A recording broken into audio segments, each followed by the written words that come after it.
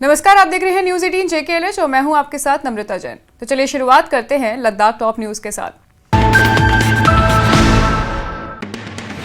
लद्दाख और खासकर करगिल के वरिष्ठ नेता कामर अली अखून के निधन पर लद्दाख ऑटोनॉमस हिल डेवलपमेंट काउंसिल LAHDC ने गहरा शोक जताया और दुख भी व्यक्त किया। उन्हें एक दूरदर्शी और समर्पित नेता के रूप में याद किया गया, जिनका जीवन लोगों की सेवा और कल्याण के लिए समर्पित रहा। कार्यकारी काउंसिल काचो मोहम्मद फिरोज ने कहा कि उनका जाना करगिल की राजनीतिक और सामाजिक नेतृत्व में एक अपूरणीय क्षति है। अखून ने हमेशा लोगों के हित में काम किया और जाति, धर्म या समुदाय की सीमाओं से ऊपर उठकर भी सभी के लिए समर्पित रहे। उन्होंने कई महत्वपूर्ण पद संभाले, जिनमें LAHDC, करगिल के पहले चेयरमैन, जम्मू कश्मीर सरकार में कैबिनेट मंत्री और करगिल डेवलपमेंट अलायंस के को चेयरमैन शामिल थे। 3 दिनों का शोक घोषित किया गया है वहां पर, और काउंसिल के सभी कार्यालय बंद भी रहेंगे। सभी सदस्यों ने उनकी सेवा, सेक्युलर दृष्टिकोण और जनता केंद्रित नेतृत्व को आने वाली पीढ़ियों के लिए प्रेरणा स्रोत बताया। वो दिल्ली में उपचाराधीन में थे और अब जम्मू पहुंच चुके हैं, जहां से उन्हें पावन हंस के माध्यम से आधे घंटे में कारगिल लाया जाएगा। कामर अली के निधन से परिवार, अनुयायी और करगिल समुदाय में भारी शोक व्यक्त किया है। ये वाकई ही है पूरे करगिल, बल्कि मैं समझता हूँ पूरे लद्दाख और जम्मू कश्मीर के लिए एक बहुत बड़ा सदमा है, क्योंकि उन्होंने पूरी अपनी ज़िंदगी जो है वो कौम की खिदमत के लिए, जब हमारा जम्मू कश्मीर एक था तब से लेकर आज तक उन्होंने कौम की खिदमत के लिए कोई कसर बाकी नहीं रखा।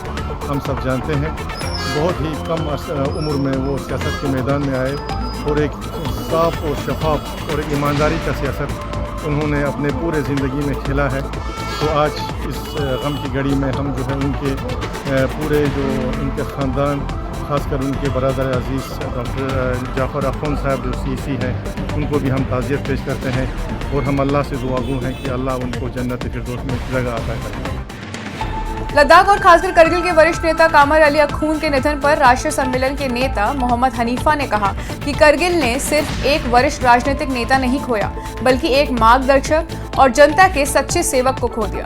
उन्होंने हमेशा गरीबों, हाशियों पर रहने वालों की जरूरतमंदों के पक्ष में आवाज उठाई और उनकी परेशानियों को अपने कंधे पर उठाया।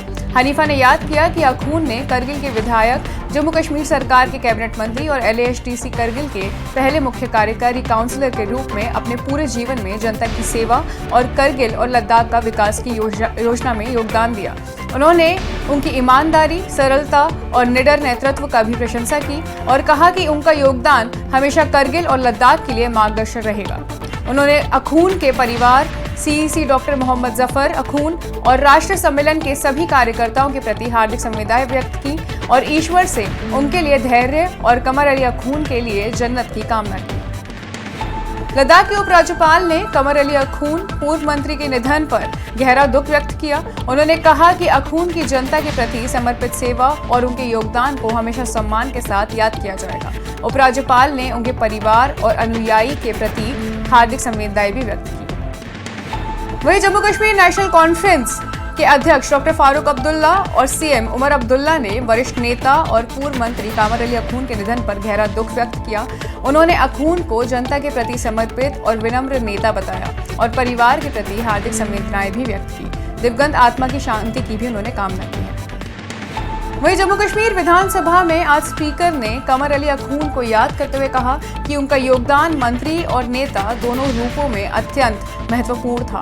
उन्होंने बताया कि अखून एक सरल जीवन जीने वाले व्यक्ति थे, जिन्होंने हमेशा करगिल के लोगों के लिए कठिन मेहनत की। स्पीकर ने कहा कि पूर्व मंत्री होने के बावजूद अखून ने कभी भव्य जीवन नहीं जिया और वो हमेशा जनता के लिए सेवा में लगे रहे थे। सदस्यों ने उनकी याद में आज 2 मिनट का मौन व्रत भी रखा था। Where he made significant contributions towards the development of the region. He was again elected as a member of the Legislative Assembly in 2008 general elections and was inducted into the Council of Ministers headed by Shri Umar Abdullah as Minister for Consumer Affairs and Public Distribution and Transport on 11th of July 2009. Shri Kamal Ali Akhund was a dedicated public servant and an able legislator who worked tirelessly for the welfare and development of the people, particularly in the Kargil region. His passing away is a great loss to public life and to this house. वहीं Ladakh police प्रमुख मुकेश सिंह ने पहले 4 दिवसीय दौरे का करगिल का आज दौरा शुरू किया। उन्होंने पीपी खरगाल और पीएस वाखा का निरीक्षण कर पुलिस व्यवस्था की समीक्षा भी की। इस दौरान उन्होंने नागरिक समाज के सदस्यों से बातचीत की और लद्दाख पुलिस की पब्लिक पुलिस रिलेशन और कानून व्यवस्था का प्रबंधन के प्रति भी प्रतिबद्धता दोहराई। वहीं आज लद्दाख के लिए बड़ी खबर आई है, जहां पे नई दिल्ली में हुई हालिया बातचीत के बाद लद्दाख के 2 प्रमुख राजनीतिक संगठन लेह अपेक्स बॉडी और करगिल डेमोक्रेटिक अलायंस ने बताया कि केंद्र ने ये साफ कर दिया है कि लद्दाख को छठा अनुसूची यानी कि 6th शेड्यूल दर्जा या राज्य का दर्जा नहीं दिया जाएगा। इससे पहले लद्दाख में कुछ राजनीतिक दल और संगठन इस मांग को लेकर सक्रिय थे कि क्षेत्र को विशेष स्वायत्तता और राज्य का दर्जा दिया जाना चाहिए, ताकि स्थानीय प्रशासन और विकास के निर्णय अधिक प्रभावशाली हो सके।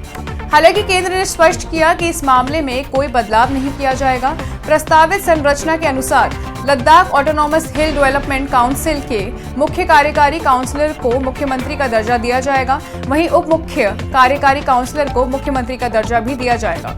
इस निर्णय के बावजूद LASDC के माध्यम से स्थानीय प्रशासन और विकास कार्यों को सुचारू रूप से चलाया जाएगा। केंद्र ने सुनिश्चित किया था कि प्रशासनिक ढांचा और विकास की प्रक्रिया में क्षेत्रीय प्रतिनिधित्व का काम करेगा। हालांकि राज्य या छठा अनुसूची का दर्जा अब नहीं मिलेगा। वहीं इस पर प्रतिक्रिया देते हुए PDP के विधायक मुंतसिर मेहदी ने कहा कि देश में बहाने बनाए जा रहे हैं कि कश्मीरियों को कैसे सताया जाए। उन्होंने कहा कि अगर किसी ने कुछ गलत किया तो उन्हें काउंसलिंग की जा सकती थी। वहीं विधायक ने लद्दाख के लोगों के साथ धोखे और मजाक किए जाने की बात भी उठाई। उनका कहना था कि 2019 में जो दावा किया गया था और जिसके बाद लद्दाख को जम्मू कश्मीर से अलग किया गया था, उसके बावजूद लोगों के साथ वहां पे अन्याय हुआ है। उन्होंने इसे दिन दहाड़े कत्ल बताया। देखिए, ये काफ़ी मजम्मत के लायक है कि किस तरीके का उच्छेपन का मजाक लद्दाख के लोगों के साथ किया गया, चाहे वो 2019 में या आज इतने सालों के डायलॉग के बाद एक बार फिर लद्दाख के लोगों को निराशा और धोखा ही मिला। मैं इसकी मजम्मत करता हूँ और उसके साथ साथ लद्दाख के लोगों के साथ इज़हार यकजहती भी करना चाहूँगा। मगर इससे ये दर्शाता है कि जो दावा गवर्नमेंट ऑफ इंडिया का था 2019 में कि हम लद्दाख को जम्मू कश्मीर से इसलिए अलग कर रहे हैं ताकि उनकी जो एस्पायरेशंस हैं, उनकी जो अपेक्षा है वो एड्रेस हो, वो कभी भी 40 साल जम्मू कश्मीर के साथ उनकी एस्पायरेशंस कभी एड्रेस नहीं हुए। मगर आज फिर गवर्नमेंट ऑफ इंडिया ने एक बार फिर उनके साथ धोखा किया और उनके पॉलिटिकल एस्पायरेशंस और पॉलिटिकल राइट्स का ये दिन दहाड़े कत्ल है। तो चलिए, आज के लिए बस इतना ही। बने रहिए हमारे साथ और देखते रहिए News 18 JKLH। नमस्कार।